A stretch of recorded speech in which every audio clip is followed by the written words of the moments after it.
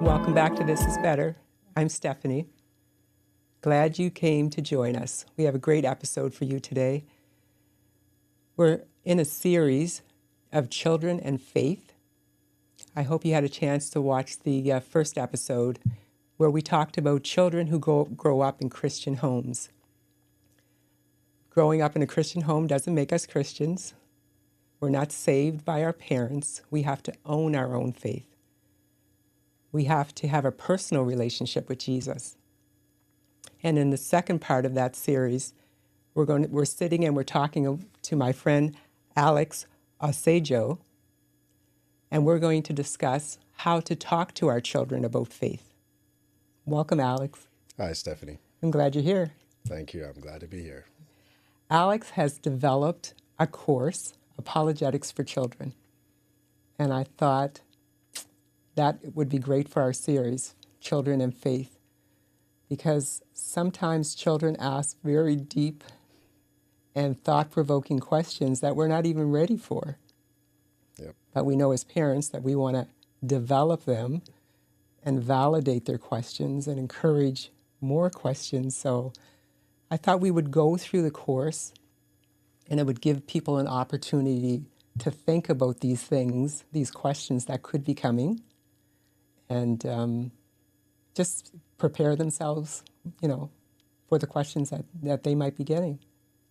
Yep, that's true. So you've broken the course down into 10 sessions, and so we'll name each of them, and we'll pick and choose which ones that we'll actually delve into. But the very first course is Truth Does Not Fear Questions, which is perfect because that's what this is about, responding to our children. So when you are going through that first part of the course, what are you talking about? What are you saying to the parents? Yeah, I started that as the first part of the course because I think the initialization of the course came about because of certain parents asking certain questions that they were not sure how to answer to their kids. Mm-hmm. And I think the first thing we should understand is we should not be afraid of our children's questions. If we're afraid, it's probably because we're not aware of how to answer or how to break it down. But it should never be from a point of, I don't really know if it's true, so I don't want you to ask, right? Mm-hmm. So if we honestly do believe it's true, we should not be afraid. And if we are afraid because we're not sure of how to deal with this, then that's what this course is about. Mm-hmm. It's about being able to understand the questions that your kids may ask. And the most important part would be how to break it down to their level so that they understand, not getting overly philosophical with a preteen, right? Which is what this course is for. It's for children, probably around preteen, so 11 and below. Okay. Yeah. Okay. When I was thinking about this series, and specifically for this age group, the very young children, the Bible verse that I was looking at was from 1 Peter chapter 3, verse 15. But sanctify Christ as Lord in your heart, always being ready to make a defense to everyone who asks you to give an account for the hope that is in you, yet with gentleness and reverence. And I wanted to read that because it just tacked on to what you just said. Like, we have to be ready to respond. And we're not just responding to adults, but we have to respond to our children. Yep. Did you put this course together, because I know your children are very young, in response to them? Or was there another reason that you actually sat down and put pen to paper and develop this? Yeah, I mean, one way to put it would be this course has always been in my head. And so it's what I've been doing with my kids. And that probably, that's another story in terms of my own faith journey. When I got into my faith seriously at a much older age, I delved right into apologetics. I was voracious with it. So I was reading everything. It's like discovering something new. Mm-hmm. So it was all in my head. And then when I had children, it dawned on me that the same questions I had would be what they were asking, and they did start to ask.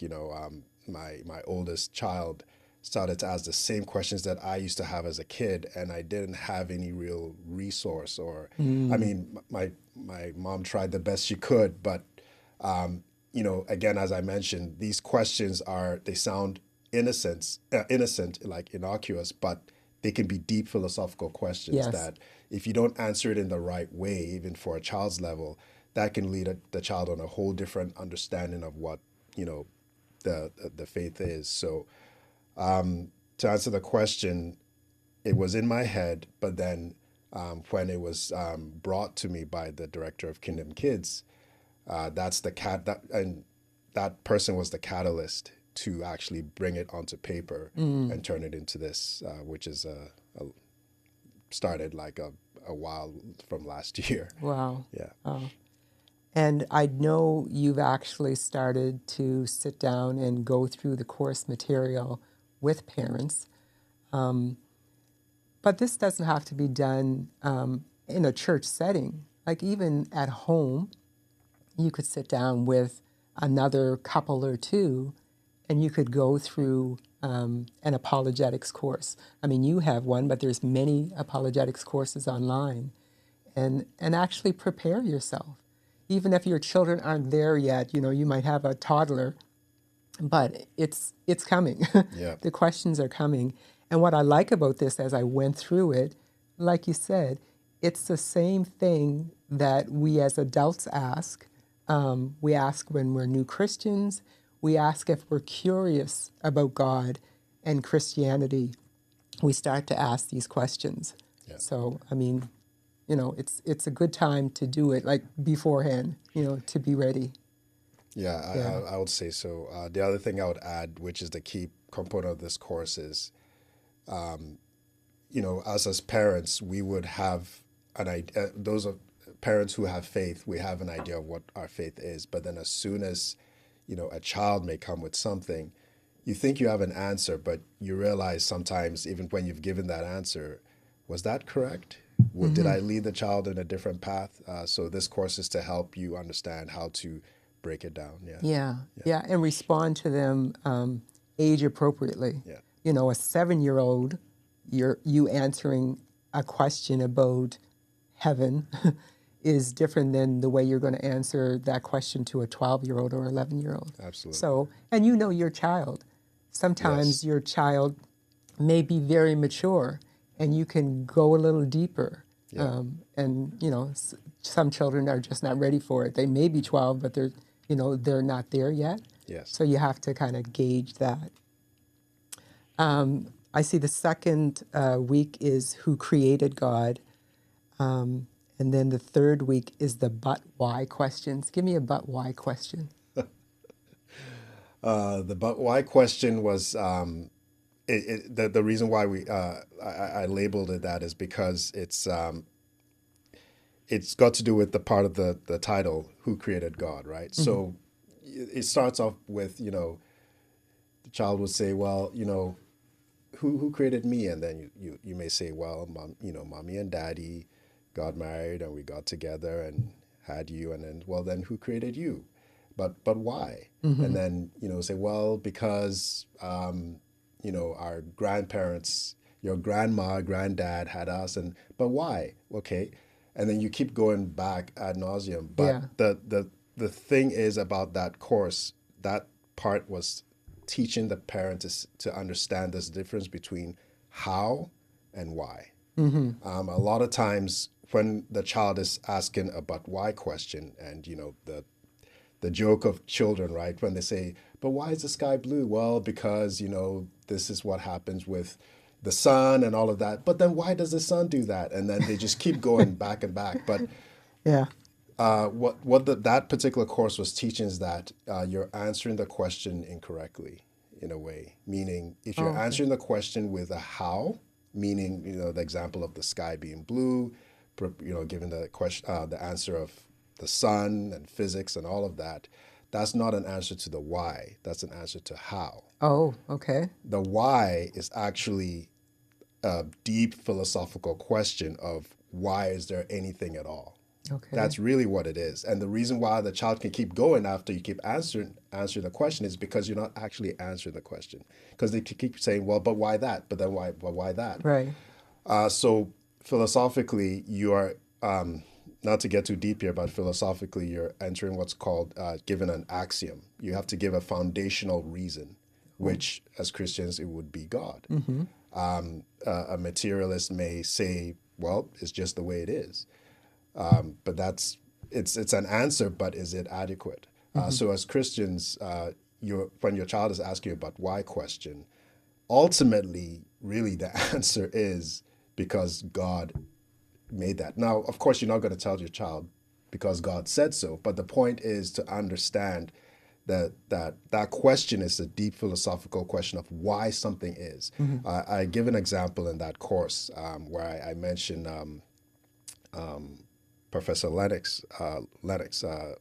He's an Oxford mathematician and an apologist, and he gave this famous line where he asked his students why the pot of tea was boiling on the stove, and the students all gave him the physics of it, why it would be boiling because the heat on the stove and blah blah blah. And he said, no, that's not the reason why. The reason why is because I want a cup of tea.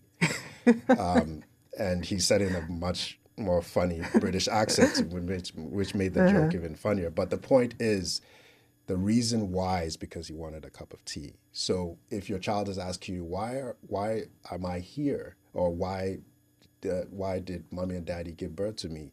Ultimately, it's because mommy and daddy loved you and because there's a God that created you and created mommy and daddy out of love. And that is why. Okay. Right. So that's just a sample of that. Okay, because that's not where I was going with that at all. You know what I was thinking about why? Because sometimes children are asking questions and there's something behind that question. Like something might have happened in their day or in their life. You know, is God mean? And which would make me think, but why is he asking that? Why would you think God is mean? Maybe I shouldn't be going back with a question, but sometimes I find that there's reasons children are asking questions. Yes. Like, why do you think God is mean? What do you think that he did that was mean? And maybe something happened to them at school today. Yes. Maybe there's a time or there's a little period in their life right now where they're being bullied. So that's where I was going with the but why, that we also have to look at their faith questions, but is there something else in their heart or on their mind? Yeah. That's where I was going. So, But it is yeah, part of the answer, right? Yeah. Just like I mentioned, you're answering it correctly, meaning that you're thinking the child is going to be asking you a question of why something happened to me, which ultimately has to do with, like you said in your example, maybe the problem of evil, right? On why was I bullied, or why was that person mean, or why is Yes. God mean? You know? Yeah. So Yeah. yeah, yeah. And the fourth week is Jesus God's son, but not God? That seems pretty deep. Wow. yeah, Wow. A child asking that, is Jesus, obviously a child who is being reared in the Word, like is going to Sunday school, that would come up with, is Jesus God's son, but not God? yeah. And that is a undercover Trinitarian question. Oh, okay. Yeah. Yeah, the Trinity, It right? is that basically that's what, again, that's why I say these questions come innocently, but they're deep philosophical, theological questions. So that question is simple, but like you said, it's Yeah. I complicated, mean, right? explaining the Trinity to an adult is hard. Like Yes. that understanding as a new Christian about the Yeah. Trinity. Now I'm trying to explain it to my 11-year-old. Yes, Wow. exactly. And the reason I say that is because it will prompt you as an adult to say, well, how do I answer this? That Yes. means, do you as an adult Christian, understand the Trinity? Because that question, if you don't understand the Trinity, then you have to think, well, did God the Father create God the Son? But if in a Trinitarian would not believe that, God the Son has been there with the Father from the beginning. and has always been there. So, how would you answer this question? Um, uh, to summarize it, it's complicated, yes, but to summarize it again, there are examples in nature. So Okay. you would have to give an analogy to nature. And surprisingly, again, what I found in my own studies is that it's everywhere. The most accurate one, I believe, I mean, there are many there. There's the idea of, water being Water, ice, gas. exactly Yes. right. And then Yeah. another accurate one would be the human body. Okay. Your human body is made up of cells. Each of those individual cells are manufacturing factories of their on their own. Okay. They perform by themselves. Now, of course, you'd probably say this to a child, depending on how you know your child, a 10-year-old or whatever their maturity level. Mm-hmm. But to me, that's the most accurate. The reason why is because the human cell has its own autonomous factory engine, right? But then it's an individual cell. But then when they're all together, it's you, Stephanie. Mm-hmm. But a cell of Stephanie is something running on its own, but all together is Stephanie. So when I say Stephanie, I'm not referring to that one cell, I'm referring to Stephanie. So in that same way, the Godhead, Father, Son, Holy Spirit, are referred to as one because it's possible to have that in nature. So God the Father, God the Son, God the Holy Spirit, they're all God. They're all individual, autonomous beings, but they are also God. They perform as one. Right. This might be a good one to have props for. Yes. I think this would be a good one to use props. Yeah. Yeah. Yeah. And then week 5, you have why do bad things happen to good people, which is an excellent one. Because in our last episode, I was talking about, I remember as a young child being afraid of death. Oh, yeah. And I assume it's because somebody close to me died. So that would bring the bad things happening to good people, like grandma. Why did grandma die? Yeah. You know. So yeah, that's definitely one we have to get ready for with young children. Yes, absolutely. Yeah, yeah. And so, do you guys, when you're talking about that, are you just do you get into the things like what's going on in children's lives, like maybe bullying, or do you talk philosophically, like people die and they go to heaven, and where do So you go with that topic? yeah, so the course, how it works is that we're in a class with adults. So the first thing we do is to make sure that everyone's on the same page, right? So we talk about the topic on the adult level, make sure everyone understands, then we break it down. And so, because again, sometimes you start to explain how you would explain it to a child, but sometimes we as adults may not fully understand our own ourselves what we may think about it, Right. or we may have maybe a bit of an incorrect understanding. But this is again, that question is a undercover problem of evil question. Oh, If you okay. think again, I'm coming back to the typical apologetics questions, right? That's a problem of evil question. Why do good things happen to? Or why do bad Oh, sorry, things? why do bad things happen to good people? And so part of that course it explains that first of all, and this is a tough one, but again, when you're speaking to adult first to understand before you break it down for a child is that there are no good people in the 100% absolute sense. If as Christians we understand that everyone has fallen short of the Sinners. glory of Yeah. God, right? So, and that's why Jesus Christ is needed for everybody. So that has to be understood first. The second thing is that, how would I put it?